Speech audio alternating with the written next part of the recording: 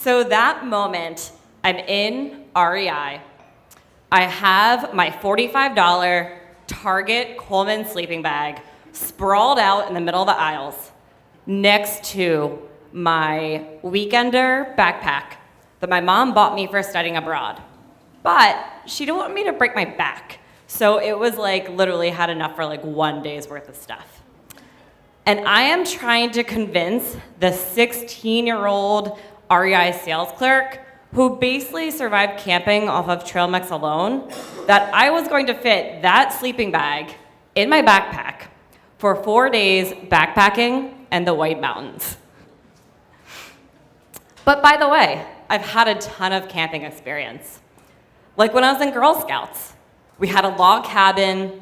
There were about 4 to 6 adult chaperones for every Girl Scout.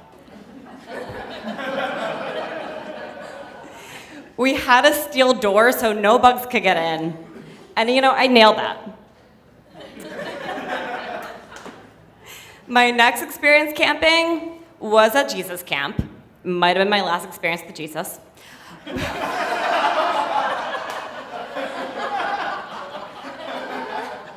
But there were maybe 30 preteen girls in another log cabin. And for the most part, we weren't allowed to have food because we didn't want to attract the bears. And unfortunately, at that point, too, only real nature sounds I heard or girls wailing because they couldn't really, they missed their homes and whatever else.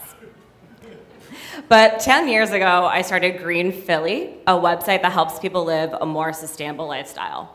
So because of that, I get all these questions like where to recycle stuff or, how to compost and all these other good questions. So I started getting questions about outdoor and camping. So, questions like, what are the best trails to hike in the Wissahickon?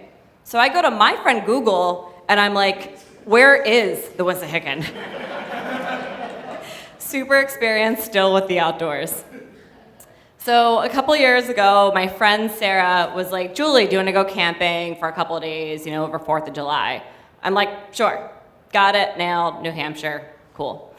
So then she tells me, we're not going to be like coming back to our car every night, with a nice little, like all my amenities. She wants to backpack Mount Washington, which is like one of the highest hikes. So I start Googling and seeing way too many death stories, and I'm like, Sarah, no way. I'm not dying this weekend. We need to figure out a different hike. So we do the presidential peaks, but I find myself in REI realizing that my Coleman $45 sleeping bag will not suffice in 4 days.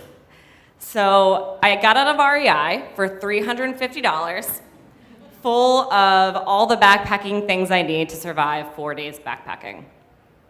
Sarah and I have about an 8-hour drive up to New Hampshire. Luckily, I got to nap on the way. We get there, and we have a few trails and a few places to sleep the first night. First one's 2 miles in about, and there's the first campsite. We look at the map a little bit further at that the higher on the mountain. There's another campsite we can stay in. Worst case scenario or best case scenario, there's a third. So if we're ambitious and get 5 or 8 miles in the first day, we have this third option. So we're like, cool. She's never backpacked before. I've never backpacked before. So we get up there, and we're starting this 2.5-mile hike to this first stop. Easy. I can do 2.5 miles. I know I'm tiny. I'm a fast walker and fast talker. So we start this mountain, and we realize it's not just baby steps up. It's boom, boom, boom. Every step I take is like a leap.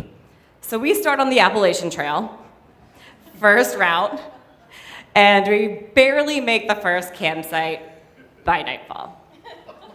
We set up our sleeping bags in the tent, pass out, wake up the next morning. These young kids, these 3 people in another tent, they're up at out by 8 o'clock. By 10:30, we're packing up our stuff, making a nice breakfast. With the package with the eggs and whatever and the one thing.